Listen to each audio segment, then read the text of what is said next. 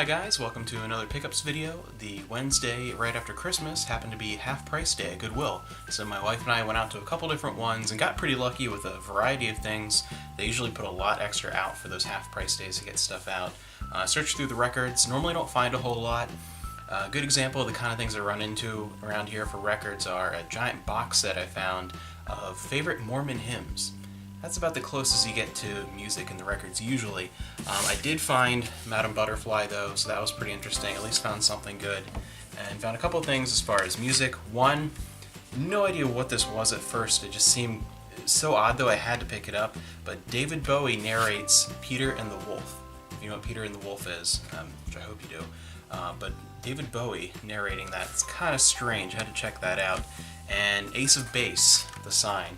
So found a little bit there. Again, CDs are normally about the same luck as records, really nothing good 90% of the time, but I got a few things there. Found season 2 of MASH in the slim case on DVD. We have it in the bigger collector's case, and then we have a slim case now for season 2. And as far as books, we actually found something pretty interesting and unusual around here. We found, at first I was like wondering what it was, but Doraemon, and it's cool because it's actually a manga for Japanese kids to learn English, and you can obviously use it the other way around really, but pretty cool. So this was an interesting find. Updated a copy of The Silver Chair. Well, we had this printing already, but this one's a little bit nicer shape, so we have that there. Finally have the third book in a series that I read the first two probably 4 or 5 years ago now, and just never ran into the third one, but Crown of Shadows. So this was nice to find. So I finally finished that trilogy, but I have to go back and reread the other two. I forget most of it, it's been so long. And Heinlein, one of my favorite authors, 2 books of his I'd never read before, The Menace from Earth, I'll have to check that out, and Starman Jones. So, always like to pick up and read a whole bunch of sci-fi all the time. A couple of manga pickups, not a whole lot. Some early ones though, some early One Piece number 3, and Shaman King Volume 1. So, found a little bit of manga, not as much as we were hoping, but not too bad. As far as unusual things, I did find one of those old VHS games, which is kind of a weird concept to think of. We had a couple of them back in the day, and this is an interesting one we found, Wheel of Fortune. So put Wheel of Fortune in your VCR and play the game. They're kind of ridiculous, and everyone that I've ever run into, after you play it once, I mean, you can't really do much more than fast forward, rewind, so you know everything that's going to happen no matter what you do after you play it one time. They were a bad idea to begin with, but we kind of an interesting part of history that those existed. We found a lot more at another Goodwill. We ran into a lot of great sci-fi books. We found V, the Second Generation. That was a good one there. A whole collection of stories my wife's ran into. Tales of the White Wolf. So that was good, and good to get hardback, because we normally don't at Goodwill, but on half price day it can be worth it if it's something interesting. 3 X-Files books, Ruins, which I have this on book on tape, and no, not book on CD, book on tape, so this is kind of cool to have that. Antibodies, again, hardback, really nice to have, don't get very many of those. And Skin. So really been watching a lot of X-Files recently, so it's cool to get more books. I only had a couple of them to read. Found in pretty decent shape the giant strategy guide for Kingdom Hearts 2. So able to grab that.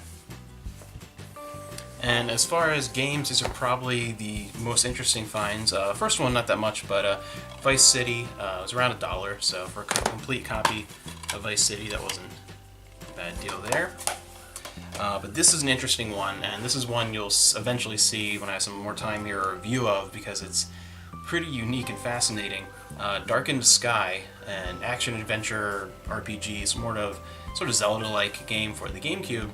And this is interesting because if you look at all the artwork here, it looks like a sort of darker RPG action-adventure game, kind of a, maybe think of like a medieval Tomb Raider mixed with Summoner or something like that. But I can see why a lot of people were annoyed by this if they picked it up and why it didn't sell well, because it's actually pretty comical, and it's halfway towards a parody of the genre it looks like it is, and that could really throw you off. I played the first about hour and a half or so, and the first hour or so was actually pretty bad, so I can see a lot of people giving up. And the humor is kind of blindsides you if you don't know what you're expecting, because you don't expect it to be so self-aware and make fun of itself. You don't picture that when you pick up this game. There's nothing in the description that indicates anything like that. There's also nothing on here at all to indicate that there's a tie-in with this game with Skittles. You'd think there'd be a Skittles like bag or something somewhere in here, or the name or anything. There's nothing, but the magic system in this game uses Skittles.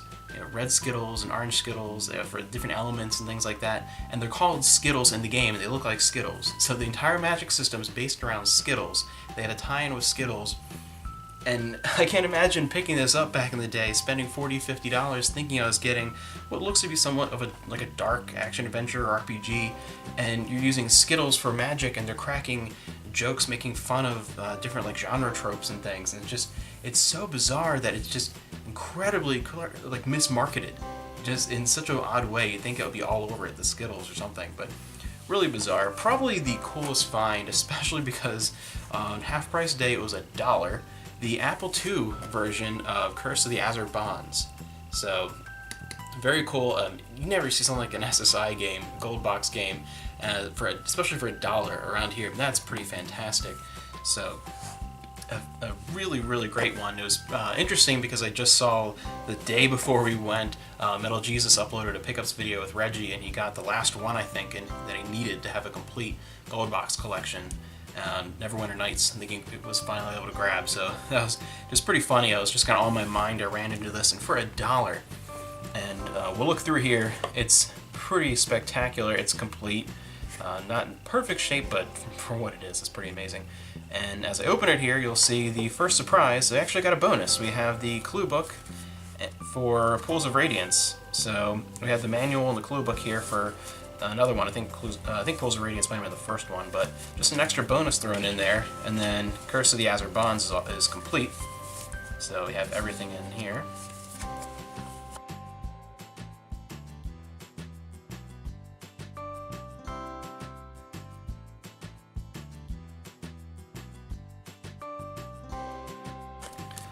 All in all, a great deal, and another amazing pickups. A whole bunch just right in a row here. I hadn't done too many pickups videos in, maybe one or two every couple of months, but it's just been ridiculous in the span of a couple of weeks.